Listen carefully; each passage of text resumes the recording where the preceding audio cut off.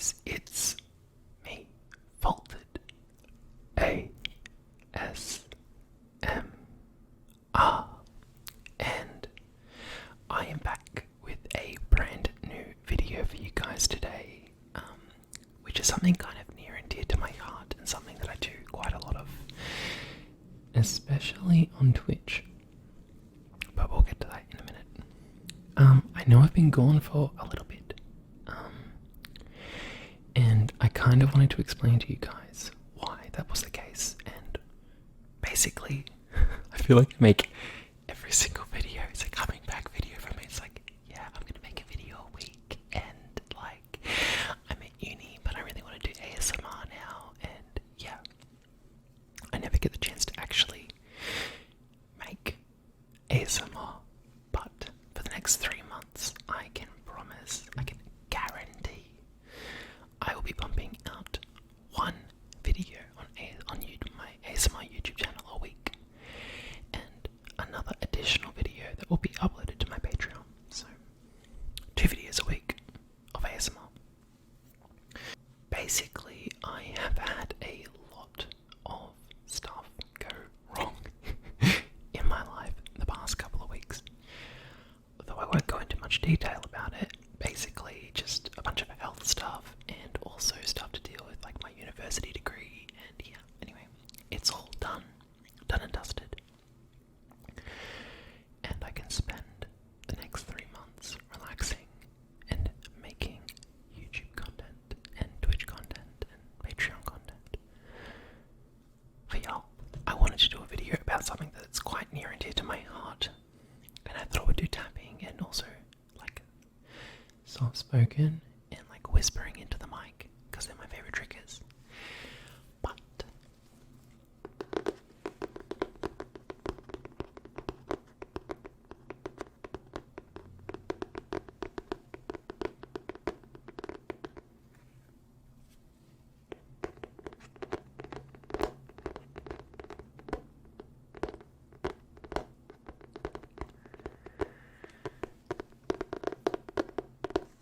I have been learning tarot cards for the past, I want to say year, actually, yeah, since November last year. I've been doing tarot card readings for people, for friends, family, that sort of stuff. And this year I kind of branched out doing them on Twitch for people, which has been absolutely amazing. But I thought I would go through and just kind of explain the basics of tarot, and maybe pick out a couple of my favorite cards and what they mean, and yeah, explain to you the process that I go through when I do a reading, and we can maybe do a reading for me live here on YouTube. So, before we get started, I would love for you guys to take a moment to realize that you need to take time for yourself and take a deep breath in and a deep breath out.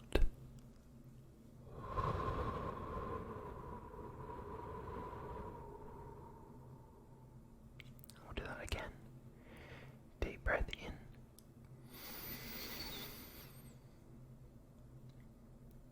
We're going to hold this one. And deep breath out.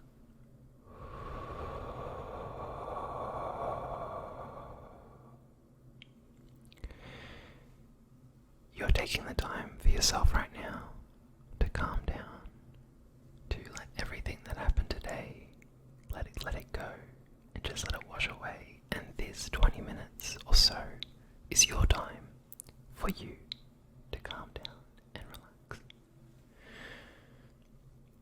Now, there's a lot of misconceptions about tarot, and one of my favorite misconceptions to dispel is the death card. Now, there actually is a death card in the tarot deck, and though it can signify death, it doesn't actually mean that a lot of the time.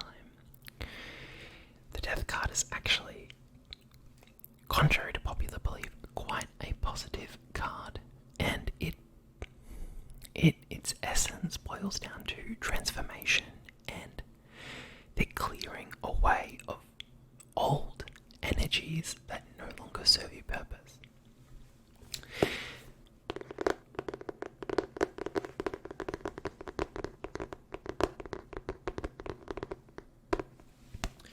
So like I said, this video is going to be mainly tapping and soft-spoken and whispering. My favorite triggers.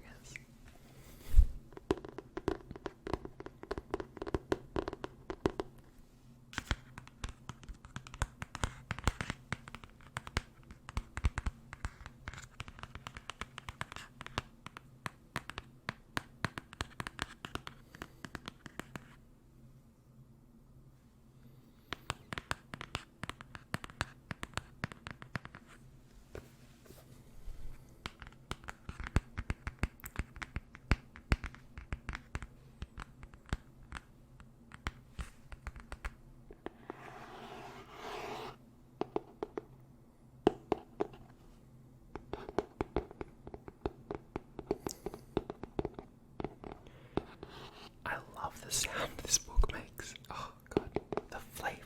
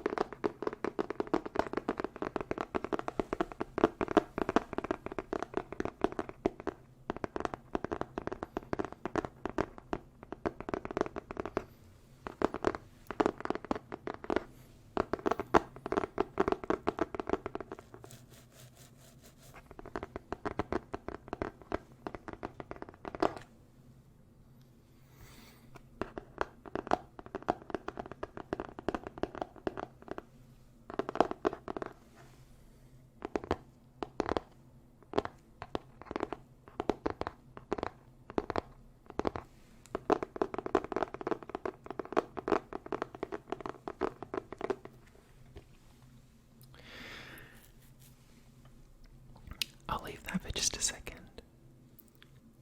So that was the book.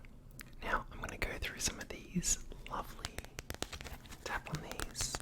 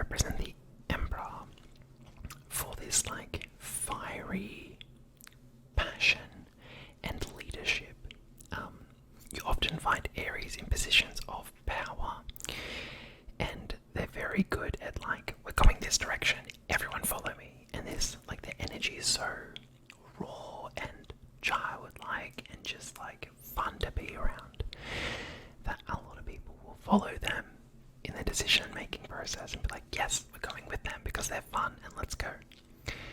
And that's why I reckon that they sort of like represent as the lead, as like the Emperor card, as it's a leadership card. It is someone who's authoritative, usually very mature, but I wouldn't classify Aries as a mature sign. But I definitely don't think there's any other card that would represent an Aries so perfectly. Let me just look at my cheat sheet here right now. So, the Emperor card just by itself is all about taking time to get control of your life and organizing everything so you have a plan. I hate getting this card in readings only because I'm terrible at organizing, and when I see it, I'm just like, oh, I have to get my Google Calendar up to date again. But yeah, that's Aries, and we will move on to the next star sign in the list, which is a personal favorite of my own. I love me a fixed sign, because I can like, we have the Hierophant, which represents Taurus. Now the Hierophant is all about teaching and like being in a position of like, or usually for the person who's getting the reading done is they are going through they're either a teacher in a teaching role, or they are learning a new skill, and it can be to do with like religious groups, but doesn't necessarily have to be. Wherever there is knowledge being talked and exchanged, the Hierophant energy is present. So it is basically about like teaching and passing those lessons down, order and rules. Now, I'm not gonna lie, I don't know how this represents Taurus 100%. I know Taurus are a fixed sign, and they're kind of all about like ownership of possessions and people. If you're in a relationship with a Taurus, they tend to be, I mean, speaking broadly here, depending on what their moon and like their ascending and the rest of their chart is, but we go controlling. They like tend to like own you as a possession rather than a person, and it can be quite constricting to some star signs, especially fire signs. But yeah, the Hierophant is the energy of Taurus. Ooh, was electric more than two lovers? So, the Lovers card is actually representing of Gemini. Now, I have a lot to say about Gemini. To the lady who had a lot to say about me in the press the other day, Miley, what's good? But I have never met any good Geminis until this year. And Gemini is all about duality, all about like choice and decision making, and that's exactly what the Lovers card is here. It is like passion between like two people, but it can also represent like choices or like that sort of like duality between the two here. You can see the split, and that's why it kind of represents a Gemini, the Gemini star sign. I honestly think that like a lot of the star signs, it's hard to explain, like it matches the card but doesn't match what the card would mean in a reading. Like the Lovers in a reading would be like extreme passion for a project or a new friendship, like something very strong and new coming into your life.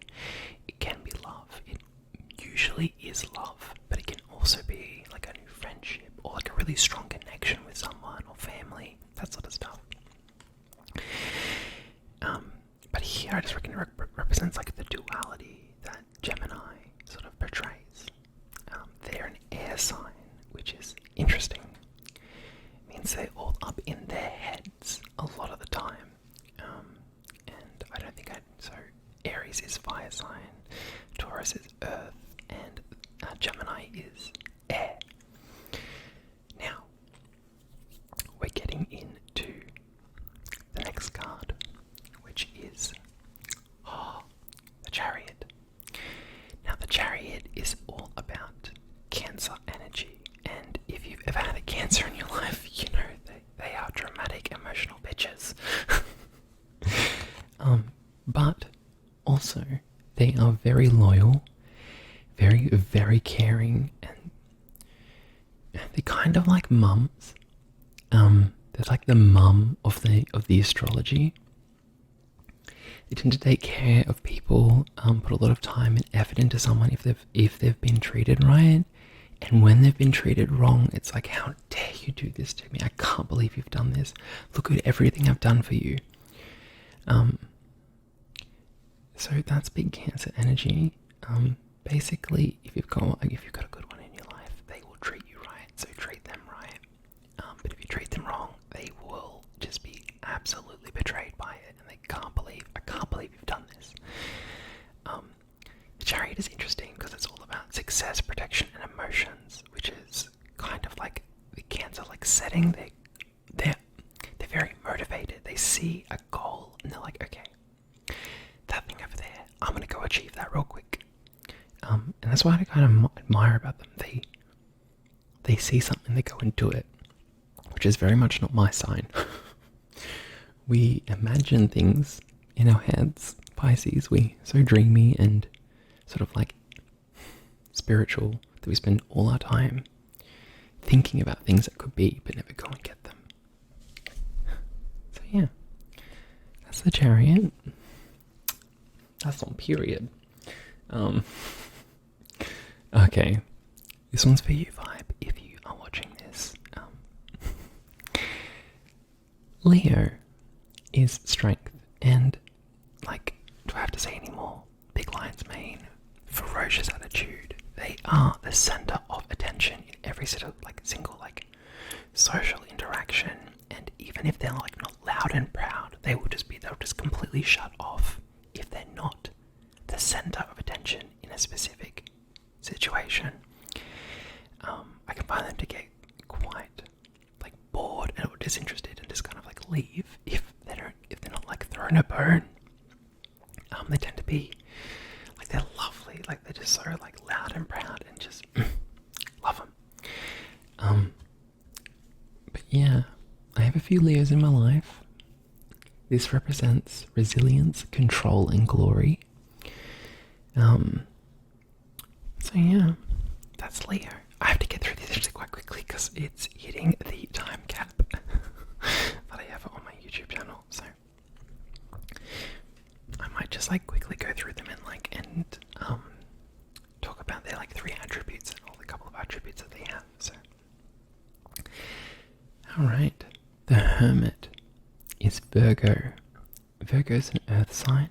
They're all about the big home bodies, and they're very, very they dig for information. I love Virgos. Virgo is a Pisces counterpart. They're very warm and just organized all the time, and they're just so clean that it's yeah. Anyway, the Hermit represents analytical thought. Next we have Justice. And Justice represents balance. It's also the Libra card, and literally Libra is about balancing the scales. They can never make a decision. They need to hear every single side of an argument, and even then they won't pick a side. They're people pleasers. They tend to take on their partners, what do you call it? Personality?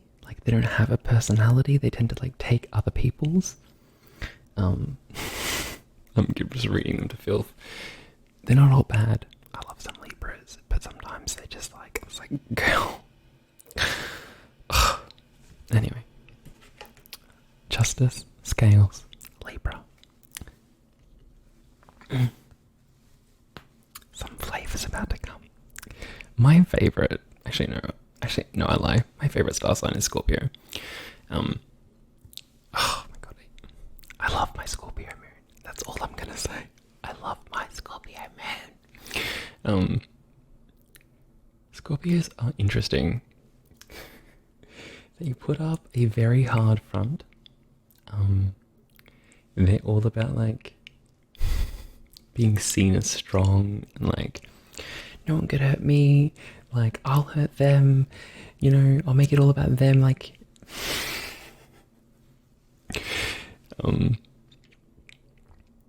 but realistically underneath the shell, behind the sting, they're softies. They're big emotional water sign energy, but they don't like to show it very often, and they're very cryptid and they hide behind that sort of front. They're also extremely perceptive and analytical. If you think a Scorpio is not watching you and every single move you do,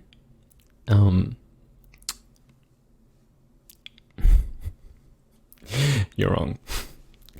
They're like waiting. Oh, they like, it's like they scan for weaknesses and then just like, they like see one, they're like, I know this is gonna fucking piss you off. And then they go for it.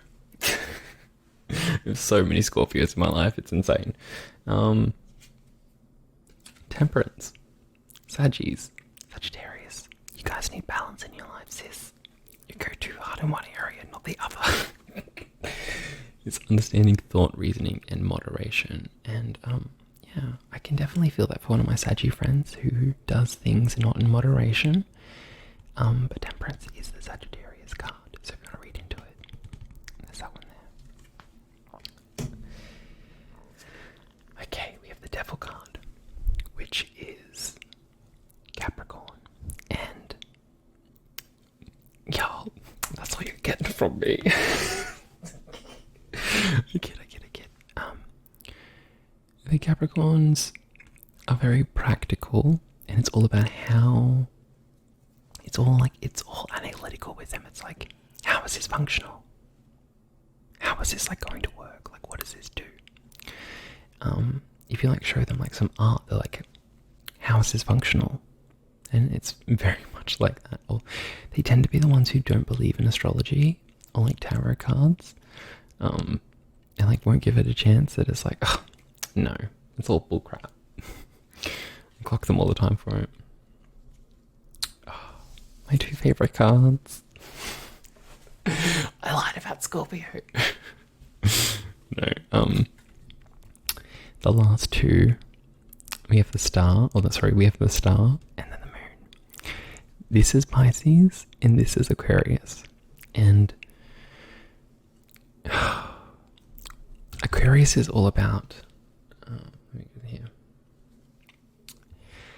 Like inspiration, humanitarianism, like sort of making a wish and like it being granted. Especially the star card is very much like that. It is like if you have a desire or something at that time, it is like go follow it because it'll come true. The universe is granting you a wish in a sense. It's like the wish card. And the moon is all about like imagination and intuition. Well, that's kind of like the Pisces. But the moon is also about showing your greatest fears in a way that you can kind of see them and deal with them, like emotionally and healthily. It's like doesn't show you this like ugly monster in the bright sunlight. It shows you this like monster here. You can see the crab in like the darkness of the moon, and like it's easier to see that. I can deal with that sort of trauma or issue piece by piece and like slowly in the like in low light than it is to deal with the whole thing at once.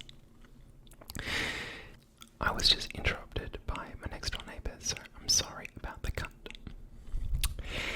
The star card is Aquarius, and they're very weird, very alien, and they come off as cold and detached when talking to them. And it's kind of tea, but not really, because they do have emotions, and they're just so far behind locked gates that only a few people ever actually spend the time to get to know them, to get deep enough inside their castle and like see their trauma. But once you're in there, that's it. It's like open book. They're very, very analytical, and I call them galaxy brains because they're so just like weird. Anyway, that's the whole zodiac. It ends with Pisces, starts with Aries. I want to talk more about tarots probably in a future video. I was going to do a reading, but I think we've run out of time. I hope you enjoyed this week's video and look forward to more to come. Alright,